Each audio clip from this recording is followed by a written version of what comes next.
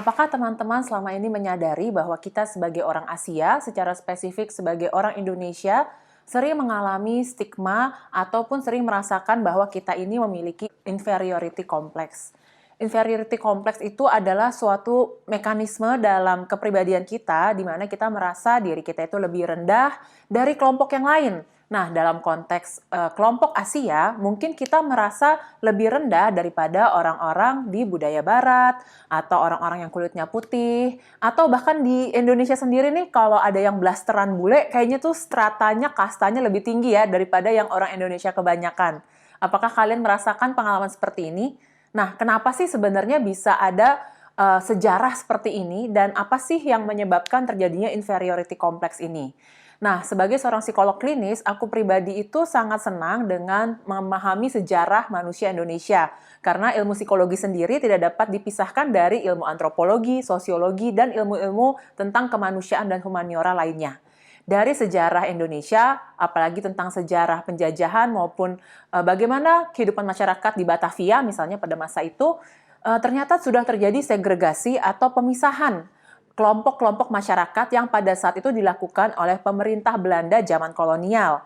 Tujuannya adalah karena kalau terpisah-pisah itu lebih mudah untuk dikontrol dan dimanipulasi.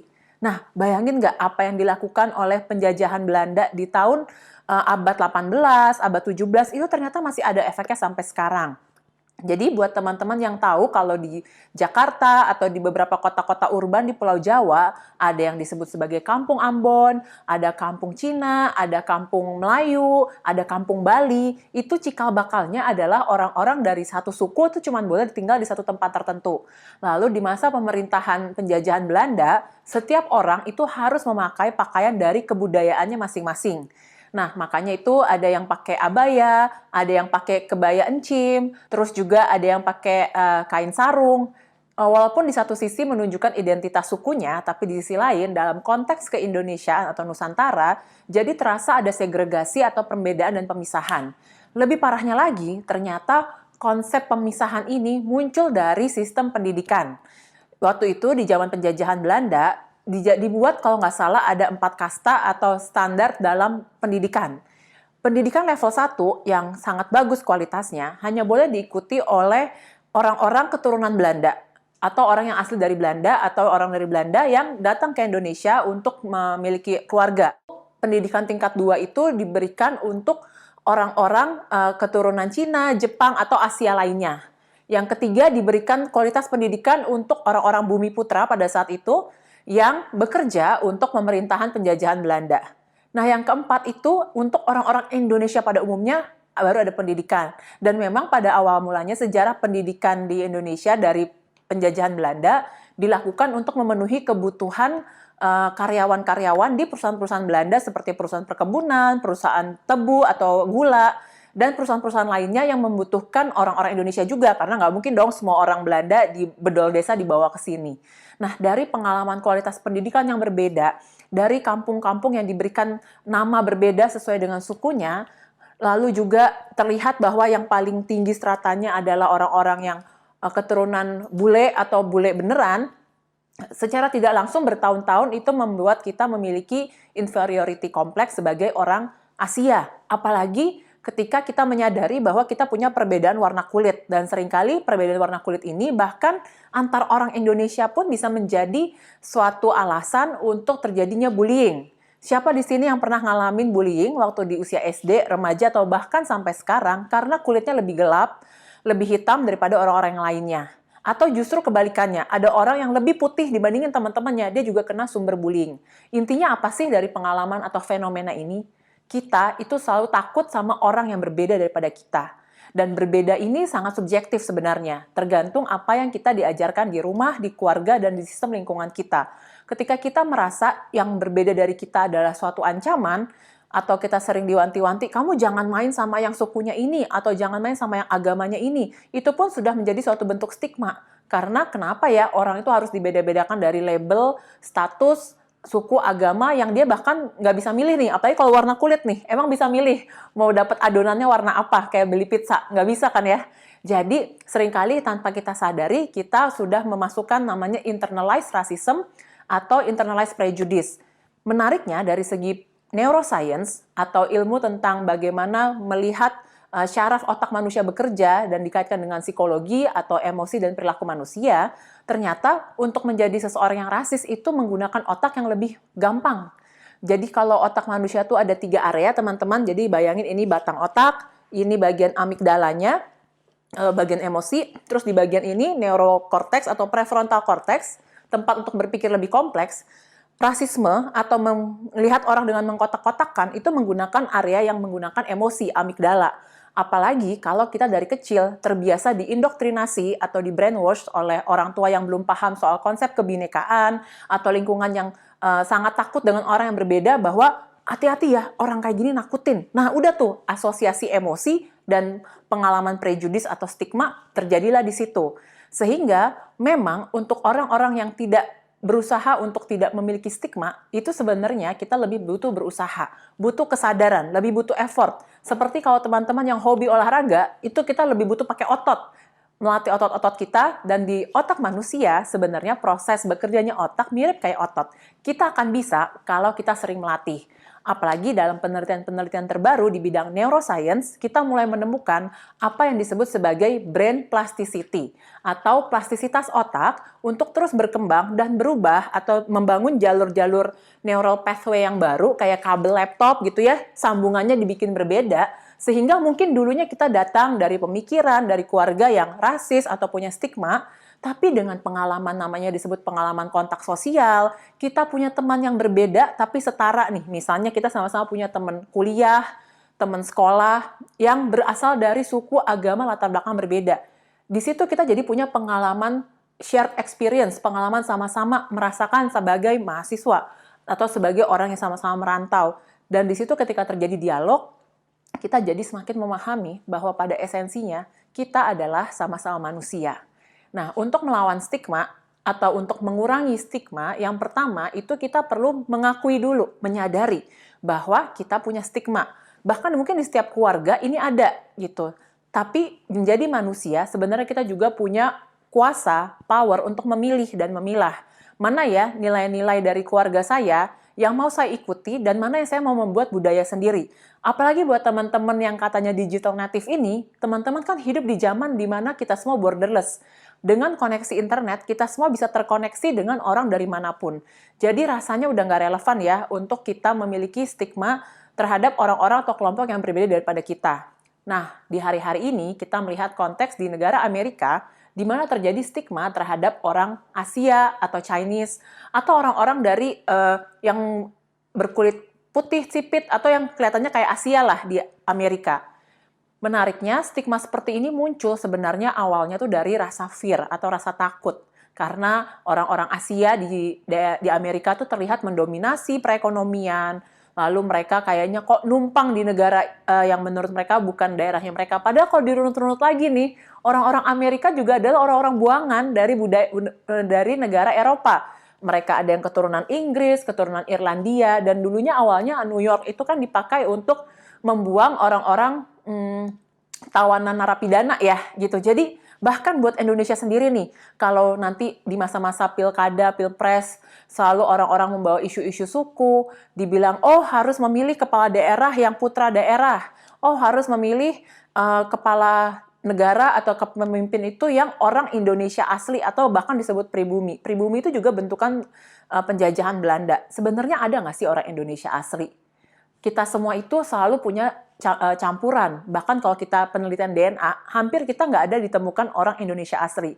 Jadi, ratusan tahun yang lalu sampai hari ini, negara kita itu seperti gado-gado. Kita semua seperti tahu, telur, sayuran yang emang esensinya berbeda-beda. Dan kita bersama bukan karena semuanya di blender jadi satu, dijadiin jus. Bayangin dong, gado-gado di blender rasanya apa? Pengen muntah ya. Tapi kita bersama karena ada kacang, bumbu kacang yang rasanya manis, yang mengikat kita semua. Jadi bersama-sama sebagai bangsa Indonesia dalam keberagaman, itu adalah decision. Seperti kamu dan pasangan kamu memilih bersama karena yakin bahwa ini komitmen kita bersama. Mungkin ada ketidakcocokan, mungkin kita ada perbedaan, tapi di titik itulah kita memilih. Demikian juga tentang stigma terhadap orang-orang Asia, kita sebagai orang Asia juga punya pilihan. Apakah kita mau terus memiliki mindset, victimized mindset, atau merasa sebagai korban, iyalah saya nggak bisa sukses seperti orang lain, kayak saya nggak bisa deh dapat beasiswa ke luar negeri, saya kan cuma orang Indonesia, atau bahkan saya datangnya dari desa atau dari kampung gitu. Tapi teman-teman, pengalaman kita untuk berani bermimpi dan meyakini bahwa kita adalah sama-sama manusia, sama-sama menghirup udara yang sama. Dan by the way, salah satu kalimat yang menarik atau kata yang menarik dalam bahasa Indonesia yaitu saudara dari bahasa Sanskerta yang ternyata artinya seudara. Jadi saudara adalah orang yang bersama-sama meniup atau menghirup udara yang sama dengan kamu. Jadi bukan hanya soal darah, tapi ketika kita lahir di tanah yang sama, tanah Indonesia, semua orang di sini adalah saudara kita. Apapun agama, suku, dan latar belakangnya. Jadi hal-hal yang menarik dari budaya Indonesia sebenarnya bisa kita lihat dari sejarahnya. Selain itu, kalau misalnya kita melihat lagi dalam konteks kehidupan sehari-hari, stigma terhadap orang Asia ini seringkali juga ada pengalaman in-group dan out-group disebutnya kalau dalam perspektif psikologi sosial. Jadi Asia itu luas ya. Di dalamnya lagi misalnya ada sub-sub suku di Indonesia. Lalu ada daerah-daerahnya lagi. Kita itu selalu punya irisan dengan orang yang lain. Tapi di titik itu kita juga bisa memilih kita mau mengambil bagian yang mana. Dan kalau kita sering bicara pakai kata orang Indonesia asli atau orang Asia asli misalnya, walaupun lebih sering soal orang Indonesia asli ya, kita itu selalu punya pilihan untuk meredefinisi identitas kita, siapa kita. Kadang-kadang kalau misalnya kita ditanya, kamu orang apa? Biasanya teman-teman menjawab dengan apa? Biasanya orang akan menjawab dengan misalnya suku dari bapaknya. Atau misalnya sekarang kita mulai bisa mengalami ya bahwa saya ini misalnya orang Jawa tapi saya besar di Kalimantan. Jadi saya orang apa dong?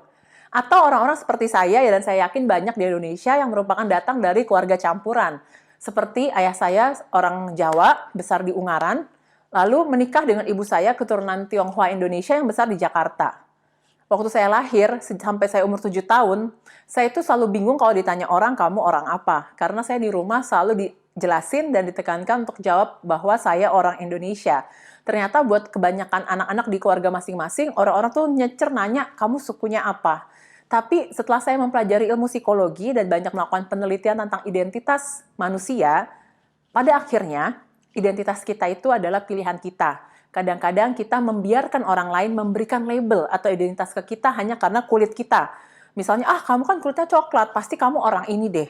Oh, kamu kan tampangnya kayak gini, pasti kamu orang ini. Oh, kamu kan sukanya makan manis atau suka makan pedas atau makan santan, pasti kamu kayak gini. Bayangin seakan-akan kita memberikan kuasa pada orang lain untuk mengecap kita. Padahal pilihan untuk menjadi orang apa dan identitas kita itu adalah pilihan kita. Dan yang kedua, dari aspek psikologi, kita bisa melihat kemanusiaan kita dan terutama identitas kita sebagai manusia dalam identitas namanya identity in between. Bahwa, saya tetap ngerasa sebagai orang Indonesia, tapi saya suka kok musik dan budaya Korea. Atau misalnya yang dilakukan oleh pasangan saya, dia bilang dia merasa tetap sebagai orang Batak tanpa harus melakukan tradisi-tradisinya. Atau saya selalu merasa saya ada sebagian Jawa, saya sebagian Cina, tapi saya nggak bisa dibilang totally, karena totalitas itu udah nggak dilakukan di keluarga saya. Dan kita juga terpapar dengan budaya-budaya dari tempat-tempat lain. At the end of the day, kamu dan keluarga yang nanti akan kamu bangun akan punya hak dan mampu untuk membuat budaya-budaya kamu sendiri. Budaya itu sifatnya itu seperti wadah maupun sebagai payung. Kadang-kadang kita berpikir budaya itu sebagai satu hal yang kaku, kayaknya kalau udah tradisi harus diikutin terus-menerus. Padahal manusia juga punya hak untuk meredefinisi budaya mana yang masih relevan dilakukan, mana yang enggak. Misalnya, kalau dulu ada budaya yang harus potong tangan kalau bikin kesalahan. Apakah kita harus lakukan itu sekarang? Kita kan selalu punya kuasa dan kemampuan untuk meredefinisi. Mana sih tradisi-tradisi yang membawa kita lebih dekat ke kemanusiaan dan kebersatuan sebagai manusia yang menghidupi planet bumi yang sama. Kita suka berantem antar suku, agama, atau tadi antar ras. Mohon maaf nih, buminya cuma satu. Kalau buminya rusak, ekosistemnya hancur, emang kita bisa pindah ke Mars atau pindah ke galaksi lain? Kadang-kadang kita lupa untuk melihat the bigger picture dari kemanusiaan kita, bahwa pada akhirnya kita meninggali satu bumi yang sama, one earth, one humanity. Apa yang sudah teman-teman lakukan untuk menjaga kebersamaan sebagai manusia dalam bumi ini. Dan bukan cuma mikirin diri kita ya, belakangan orang makin sadar perlunya menjaga ekosistem lingkungan. Kalau ada ekosistem yang berubah, kehidupan manusia juga berubah. Kayak yang sekarang kita alami, ketika terjadi perubahan iklim sangat besar, itu juga karena ulah manusia. Dan kita sebagai generasi muda diberikan amanat, diberikan mandat, walaupun juga diberikan kesusahan ya, untuk memproses bumi yang ada sekarang ini seperti apa. Supaya kita bukan cuma menambah banyak anak di bumi ini, tapi tidak bertanggung jawab, tapi juga kita ikut menjaga kelestarian alam, karena itu menyangkut juga kelestarian budaya kita sebagai manusia, dan juga menjaga kemanusiaan kita dalam kehidupan yang masih akan datang teman-teman alami, mungkin sampai tahun 2030, 2050, dan ya nggak tahu sampai kapan. Pada akhirnya, buat aku, semoga kita semua sama-sama bisa menjadikan sesi ini sebagai sarana refleksi ke dalam diri. Karena tentang stigma, budaya, maupun rasisme, itu bukanlah suatu dikotomi hitam putih, bukan 1-0, tapi adalah satu spektrum seperti misalnya spektrum warna lipstik, atau spektrum mobil gitu, atau motor ya. Coba teman-teman tanyakan ke dalam diri sendiri, dari skala 1 sampai 10, seberapa sih kamu merasa belong atau berkaitan dengan suatu suku tertentu atau budaya tertentu. Dari 1 sampai 10, apa yang membuat kamu merasa sebagai orang Asia dan mana yang bukan? Dan dari 1 sampai 10, seberapa kamu merasa ada internalized rasisme dalam diri sendiri? Tidak perlu dijawab dengan lantang, silahkan ditanyakan ke diri sendiri. Dan apa yang menurut teman-teman bisa dilakukan untuk mencegah atau membuat breakthrough dari si stigma ini? Salah satu yang bisa kita lakukan adalah mendengar cerita yang berbeda daripada kita, mendengar orang-orang yang punya pengalaman hidup yang berbeda daripada kita. Semakin kita open-minded dan semakin kita memiliki namanya growth mindset, bahwa yang hari ini kita lihat belum tentu seperti ini, kita juga semakin bisa terbuka pada berbagai keberagaman, berbagai perbedaan, dan juga tadi, di satu sisi kita bisa keluar dari victimized mindset sebagai orang Asia atau orang-orang yang kayaknya inferior. Dan bahkan mungkin bukan cuma orang Asia ya, di within group orang Indonesia kadang-kadang misalnya ada stigma seperti, dia kan anak Jakarta, saya mah bukan, saya mah anak luar Pulau Jawa, saya anak Papua atau Kalimantan atau Sumatera. Nah, bayangin deh, stigma ini kalau kita bongkar lagi, itu lapisan-lapisan dalamnya banyak, dan kalau mau dicari sampai ke ujungnya, itu banyak banget, termasuk bahkan mungkin stigma tentang gender ya, stigma tentang menjadi laki-laki atau menjadi perempuan. Dalam ilmu psikologi sosial, hal-hal ini semua disebut sebagai konstruksi sosial. Konstruksi sosial itu berarti mirip kayak Lego. Sebenarnya itu adalah bentukan manusia-manusia sebelum kita sekarang. Kita punya pilihan untuk mengubah ini. Apakah kamu mau mengubahnya?